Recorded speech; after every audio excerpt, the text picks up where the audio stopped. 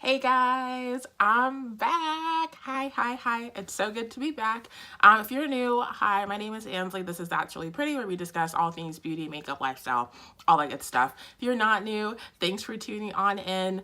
I had surgery about 2 weeks ago, so I took a break from filming, but now I'm back. I want to ease into things. And so I thought today that I would do like a really light, no makeup, natural makeup look.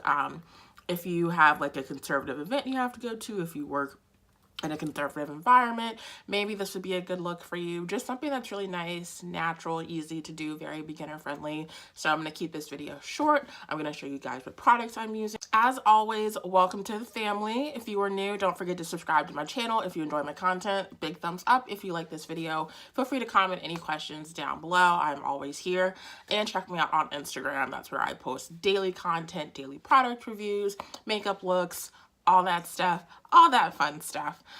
So yeah, let's go ahead and jump on in. All right, so to start, I have just done my skincare routine. That's a whole mess of things. I think for primer, I'm gonna go in with Fenty Beauty. I do like this primer quite a bit. My skincare routine is a little bit more extensive. Feels like most of it has absorbed into my skin. So yeah, I'm gonna go in with this, and then I'm going to mix these two foundations together. This is the Bare Minerals Bare Pro Foundation and the NYX Total Coverage drop foundation. So I have videos on both of these. I will link them above, so check those out if you want to see wear tests for them.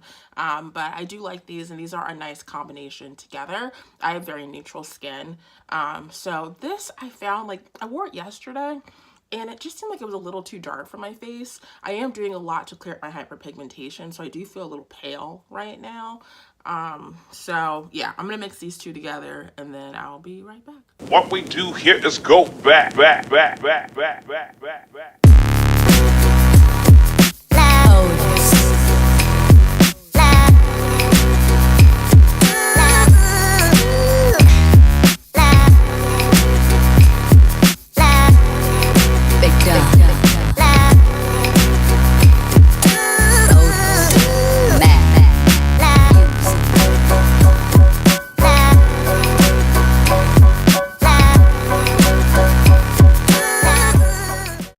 So I did a few extra steps as well. I forgot that I wanted to color correct just a little bit because I'm going to take a photo. So I wanted to cancel out some redness.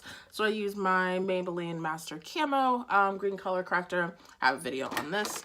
And as well as the MAC Studio Conceal and Correct Duo. For more natural, like, you don't necessarily want to color correct everything. Like I said, I do take pictures of my daily looks for Instagram, so I wanted to do something just like a little bit. I didn't really need it per se, but here we are. All right, so I did that, and then I also went ahead and set my face. This is a Cover FX matte powder, so I set my face with that, and then just to spoil myself, I'm not sure if this really even does anything. This is the Laura Mercier Candle Glow Sheer Perfecting Powder. I'll show you what it looks like. Just adds like a nice soft glow. I'm like slowly getting through it. I do use it every day, and I like it quite a bit. So for a natural makeup look, I'm debating between contouring and just bronzing my skin. I think I'm just gonna do bronze. All of my contours they're hard to work with. What I found when it comes to a more natural look, you want to use shades that are a little bit more toned down. So like, don't go out with your strongest contour on, you know, or if you are going to use that shade, maybe pick up a nice light fluffy brush, do a light dusting instead of being really heavy handed, or using like a very compacted brush like this. This is a Morphe E6, and this is the Sephora Pro Precision Powder Brush number 59. So if you use something fluffy like this, it's going to take a lot more product to really bake it into the brush. So by using something that's fluffier, if you go in with like a little light dab, you're not going to get as much product. And that's how I like to do my nice light looks. So I'm going to go in with the Marc Jacobs Perfection Powder in Cocoa Deep. Just do, like I said, a light dusting. Gonna just frame my face a little bit. So I'm not picking that much up on the brush. Kind of hollow out some stuff where I would put my contour. It's very nice and light, but it does help to frame the face a little bit. So something light. I'll show you what I would normally use for contour for contrast, just so you guys can see. Got these two products right here. So this is what the Marc Jacobs looks like. One of my favorite contour products is the Tarteist Contour in the shade 3. As you can see, that's much darker. But like I said, I want to do a nice light look. Another favorite of mine is the Black Radiance Medium to Deep palette. You can see it's also a little bit redder, but it's much darker than the Marc Jacobs product. Just dropping makeup.